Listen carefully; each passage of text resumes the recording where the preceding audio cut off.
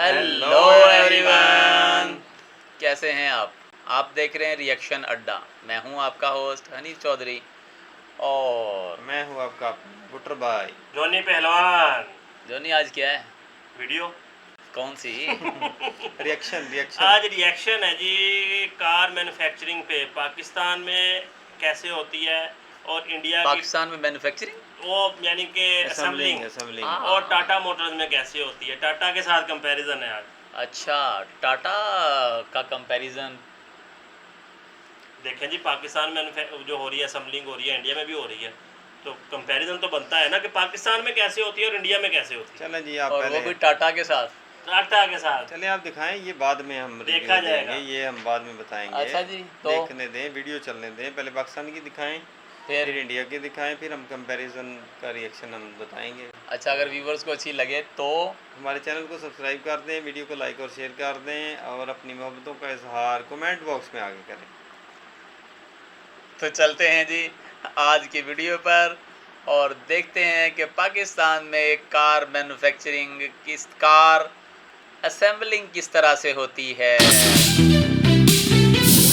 आज हम आपको दिखाएंगे कि पाकिस्तान में नई गाड़ियां कैसे तैयार होती हैं, गाड़ियों के असेंबलिंग प्लांट में कैसे गाड़ी की बॉडी से लेकर मुकम्मल गाड़ी तैयार होती है। मेड इन पाकिस्तान गाड़ियां बनते देखें इस वीडियो में।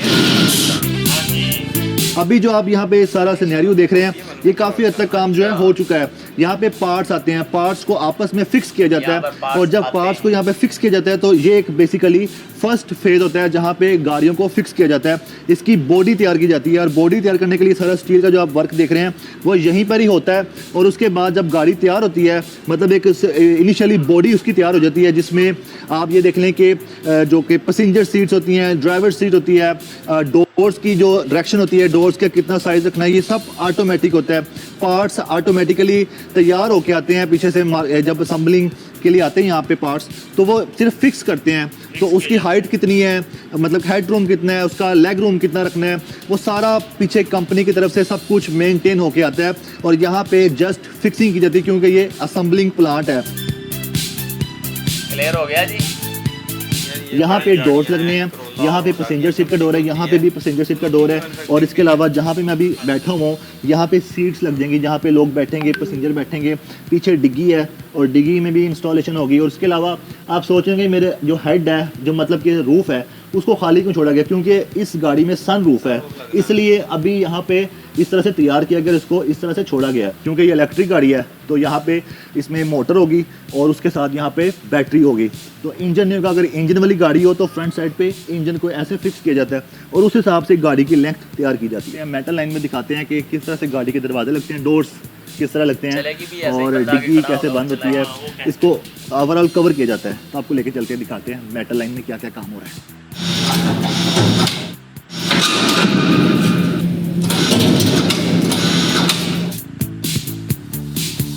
अब हम इस वक्त आ चुके हैं इस असेंबलिंग प्लांट के मेटल लाइन में, जहां पर गाड़ियों के डोर्स, फेंडर, उसके अलावा हुड और उसके अलावा टेल को कवर किया जाता है, जिसको आप फ्रंट पे कह सकते हैं ये बोनट लगता है, पीछे डिग्गी होती है, ये भी आप बोलते हैं, जो आमतौर पे जो यूज़र होते हैं गाड़ी को बोलते हैं, लेकिन इसको कवर बोलते हैं, इसको फेंडर, इसको डोर्स बोलते हैं। तो यहाँ पर इसकी फिनिशिंग, मतलब जो कह लें कि बॉडी की फिनिशिंग का काम जारी है और जैसे इसकी जो फिनिशिंग कवर जैसे लग रहा है, हेड कवर जिसको बोलते हैं, तो इससे बॉडी की खूबसूरत शेप आना शुरू हो चुकी है। अब आपको गाड़ी देखने में अच्छी लगने लग चुकी होगी। और यहाँ पे आप देख रहे हैं जिस तरह से इसको फिक्स किया जाता है, इसके 4 डोर्स होते हैं जिसको फिक्स किया जा रहा है। 2 उस तरफ है, 2 इस तरफ हैं साइड प्रोफाइल पे। फ्रंट पे इसके जो बोनट है, इसके अलावा रियर साइड पे जो इसके जब आप देखते हैं डिग्गी जहाँ पे होती है, तो उसका भी, इसको टेल बोलते हैं, तो उसको भी कवर किया जा रहा है। यहाँ पे आप देख रहे हैं जिस तरह से काम चल रहा है। बसों में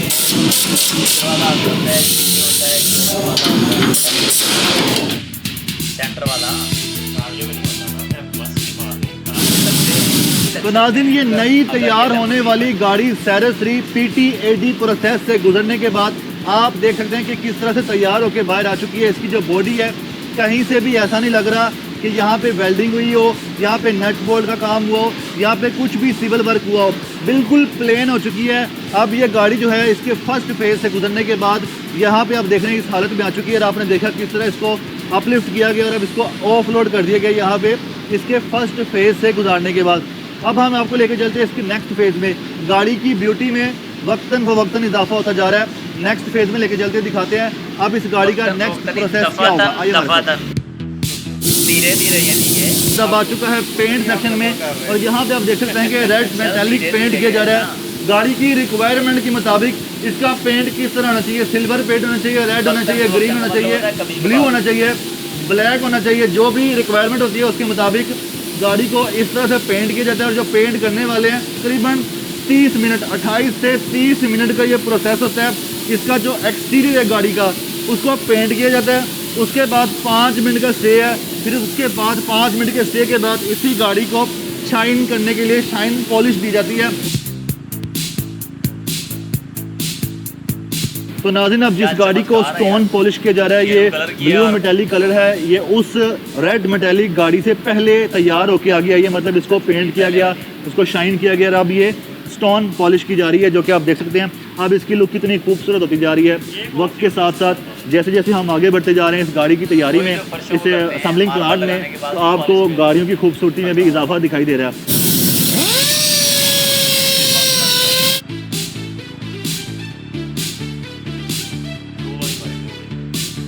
तो नाज़रीन अब देख रहे हैं कि यहाँ पे इतने ज़्यादा बैटरीज और मोटर्स का एक सिस्टम पड़ा हुआ है जो कि इस इलेक्ट्रिक व्हीकल में, जो कि SUV। अच्छा मज़े की बात है कि इधर मैं एक चीज़ ऐड करता जाऊँ। पेंट को देख के मुझे याद आया, जितना मर्जी जो कंपनी का पेंट है ना उस जैसा बाद में कभी नहीं होता। ये कंपनी को इस तरह बना देती है चीज़ को कि दोबारा आप जितनी मर्जी किसी अच्छी कंपनी से भी बेशक करवा लें, पेंट के ऊपर पेंट कभी भी इस तरह का नहीं होता। वन लेयर शेड नहीं मिलते, शेड नहीं हाँ, जो जस्ट पहली दफ़ा आपने लेयर चढ़ा देनी है वही ओरिजिनल होती है। उसके बाद आप करवाएंगे जितना मर्जी अच्छा काम करवा ले पकड़ा ये इसमें इंस्टॉल किया जाएगा। आप देख रहे हैं इस तरह पड़ा हुआ है। इसको एक मशीन के ज़रिए लिफ्ट किया जाएगा, लिफ्ट करके इस गाड़ी में, जो कि यहाँ पे क्यू में मौजूद है, तो जहाँ पे भी आप देख रहे हैं कि इसकी जो डिस्क ब्रेक है उसको भी इंस्टॉल किया जा रहा है। यहीं पे ही इसका जो सिस्टम है गाड़ी को चलाने वाला, जिससे गाड़ी स्टार्ट होगी, गाड़ी चलेगी, सड़कों पे दौड़ेगी, वो होगा। और यहाँ पे एक एक्सल भी फिक्स कर दिया गया, साथ इसके डिस्क ब्रेक भी यहाँ पर लगा दी गई है। अब आप ये देख रहे हैं गाड़ी काफ़ी हद तक तैयार है। इसमें सीट्स लग चुकी हैं और यहाँ पे अब व्हील लगना है, तो व्हील लगने वाला है। अब जो कि जैसा कि आप देख रहे हैं ये ले आगे व्हील, अब ये यहाँ पे व्हील लग रहा है। और इस तरह गाड़ी जो है कंप्लीशन के मराहिल में पहुँच चुकी है। ब्लैक कलर में भी गाड़ी क्यों में लगी हुई है जिससे तैयार किया जा रहा है। और इसमें आप देख सकते हैं कि इसका जो रियर साइड है वहाँ पर वर्किंग चल रही है, और इसमें रियर साइड पे बैक लाइट्स जो हैं वो लग चुकी हैं। इसी तरह हम देख सकते हैं इसमें जो इंटीरियर है वहाँ पे डैशबोर्ड की फिक्सिंग हो रही है। ये डैशबोर्ड इन्होंने भी लगाया हमारे सामने। और यहाँ पे जो कि इसकी ट्रांसमिशन कंट्रोल सिस्टम है उसको यहाँ पर फिक्स किया जा रहा है, तो यहाँ पर भी वर्किंग चल रही है। अभी यहाँ गाड़ी में सीट्स नहीं लगी हैं। आए आपको लेके चलते हैं नेक्स्ट क्यू में।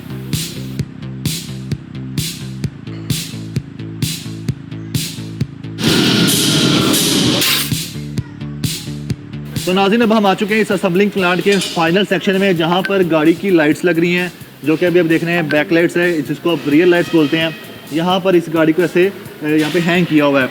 इसी तरह अगर हम पीछे की तरफ जाएं तो तरतीब वाइज दीगर गाड़ियाँ जो हैं ऐसे क्यू में लगी हुई हैं, जिसमें किसी गाड़ी में इलेक्ट्रिकल वर्क हो रहा है, वायरिंग का काम की तरफ देख रहे हैं, वायरिंग इधर लग चुकी हैं। और इसी तरह अगर हम पीछे की तरफ जाते हैं तो पीछे भी यहाँ पे वर्कर मौजूद हैं, जो कि आपको दिखा सकें कि यहाँ पर भी जैसा कि क्योंकि ये इलेक्ट्रिक है उसके लिए इलेक्ट्रिकल कनेक्शन दिया जा रहा है, और आपको दिखा सकें तो ये गाड़ी जो है अब ये मुकम्मल तैयार है, जो कि आगे डिलीवर की जाएगी। और इसकी तमाम जो फिनिशिंग वगैरह सब कुछ हो चुकी है। और जैसे जैसे अब हम आगे आ रहे हैं, ये दो गाड़ियाँ जो क्यू में लगी हुई हैं, वाइट और ब्लैक, इसकी आज लाइन ऑफ सेरेमनी है। ये यहाँ पे CKD कम्प्लीटली नॉकडाउन यहीं पे कम्प्लीटली संभल हुई हैं, और आप देख रहे हैं ये बिल्कुल तैयार है, रेडी टू ड्राइव है, रेडी टू ड्राइव। ठीक है जी, सही है। मतलब ये है कि ये जो अभी हाइब्रिड आ रही हैं या जो न्यू वेरिएंट है या टोयोटा या होंडा है ना, इनकी असेंबलिंग होती है पाकिस्तान में, लेकिन सुजुकी जो है वो पाकिस्तान में मैन्युफैक्चरिंग भी होती है। अच्छा जी, लेकिन इंडिया में तो बहुत सारी गाड़ियों की होती है ना। चलिए, आपको तो दिखाते हैं टाटा मोटर्स की manufacturing. First of all, you are watching TOI Auto, and today we have something special and something different for you. It's not exactly a car review, but we are actually at Tata Motors plant in Pune, and we are here to check out their assembly line specifically for the new Punch iCNG and also the Altroz iCNG. We will take a look at how these vehicles are being produced, how Tata has managed to fit in their twin cylinder technology into these cars to provide more boot space and better aesthetic value. Right now behind me you see the lines from where the final product comes out, but let's go to the start and see how it all happens. Before that, for safety's sake, let's wear our helmets. Let's go. जैसे तेरे बाल से तो box पहनता, helmet पहन के चला गया है। हाँ, एयर बैंड लगाता।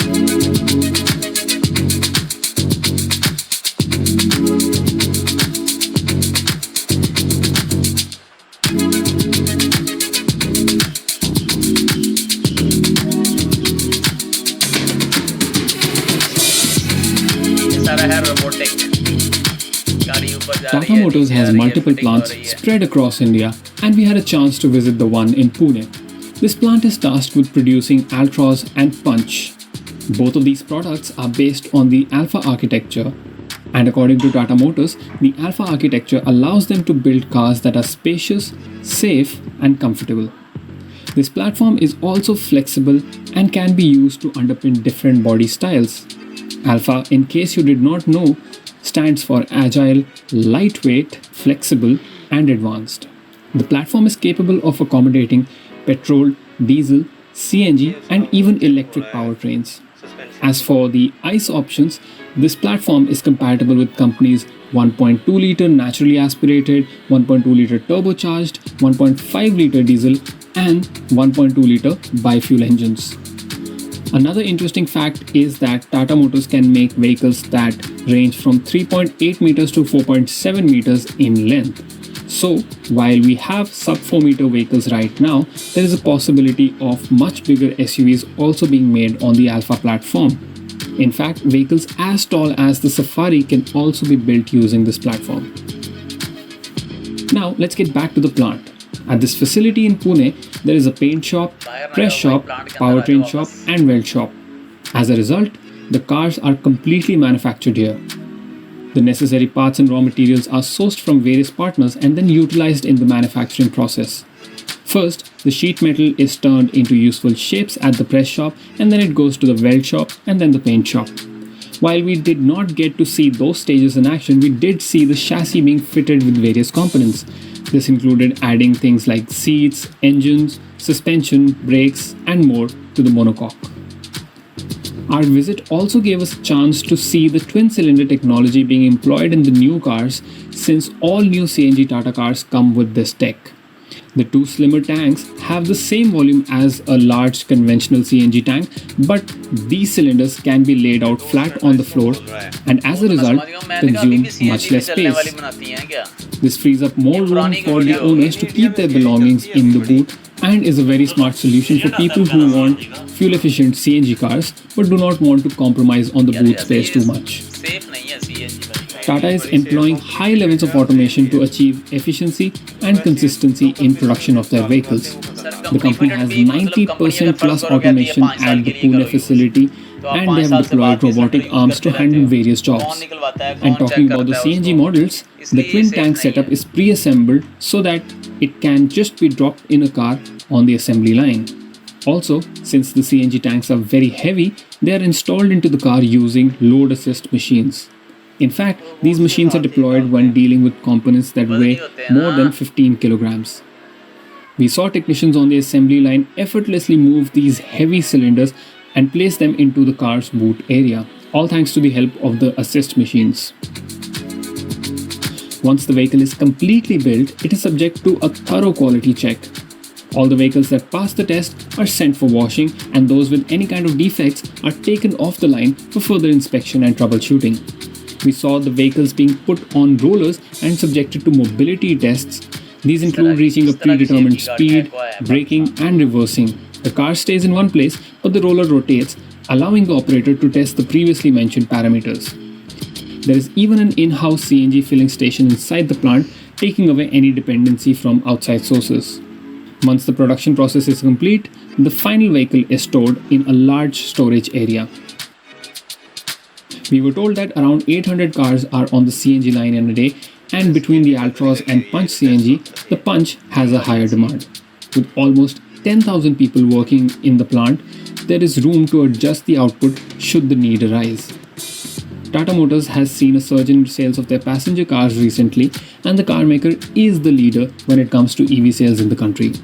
Seeing the capability and scale of the facility in Pune and the focus on CNG lineup, it is apparent that the car maker is clearly equipped to achieve higher sales numbers in the future and be ready with different kinds of fuel technology. हाँ जी, इधर ज़्यादा उसने CNG पे ही focus किया है। तो लेकिन ये है कि मैन्युफैक्चरिंग भी होती होगी। टाटा मोटर्स बहुत बड़ी कंपनी है, हाँ जी। वो बकायदा 10,000 वर्कर्स काम करते हैं। हाँ, उनकी मैन्युफैक्चरिंग लेकिन जस्ट अभी एक भी पुणे वाला प्लांट है हाँ उसकी। होने वाला, और अभी भी वो जो दिखा रहा है फॉर्मेशन वो सारी जो है रोबोटिक है। हाँ, इसके बावजूद 10,000 वर्कर काम कर रहे हैं, इतनी बड़ी फैक्ट्री है। इतनी बड़ी बहुत बिल्कुल और automatic plant है। डेली कितनी गाड़ियां बनती होंगी ये ज़रा अगर आप जानते हों तो ज़रूर बताइएगा। टाटा मोटर्स डेली कितनी गाड़ियां असल बनाती टाटा है? मोटर के छोटे बड़े प्लांट होंगे ना मुल्क में, वैसे 4-5 जगह पे इनके इंडिया में प्लांट हैं टोटल। तो वो ये है कि किसी की प्रोडक्शन ज़्यादा होगी, की कैपेसिटी ज़्यादा की होगी, किसी की कैपेसिटी कम होगी, लेकिन ओवरऑल बहुत अच्छी कंपनी है टाटा जो है ना। इंडिया के अलावा बाहर भी हैं इसके प्लांट्स? हाँ, इनकी एक्सपोर्ट होती होंगी, गाड़ियाँ बाहर भेजते होंगे इंडिया ना। हाँ, नहीं, इनके प्लांट ही बाहर हों। टाटा प्लांट के का प्लांट बोला बाहर जाए, होंगे आप होंगे सर। वीवर से भी इंडिया कोई में ही है बात सारे। पूछ लें, सारी चीज़ें हमने बतानी है तो वीवर क्या बताएंगे और आपको? सर जी होंगे प्लांट बाहर भी। आप कमेंट बॉक्स में कौन आप कौन से बताएं। मुल्कों में है ये बताइएगा। टाटा के ये तो हैं, पक्की गूगल बात नहीं है कि करना हैं। हमने, आपने बताना है। आपने भी गूगल नहीं करना। हाँ। अगर आपको पता है तो बताइएगा। कैसी चलें लगी जी, जी आज कैसी की वीडियो लगी कमेंट वीडियो? सेक्शन में बताइएगा। कल तक के लिए इजाज़त दीजिए। Bye bye bye. बाय।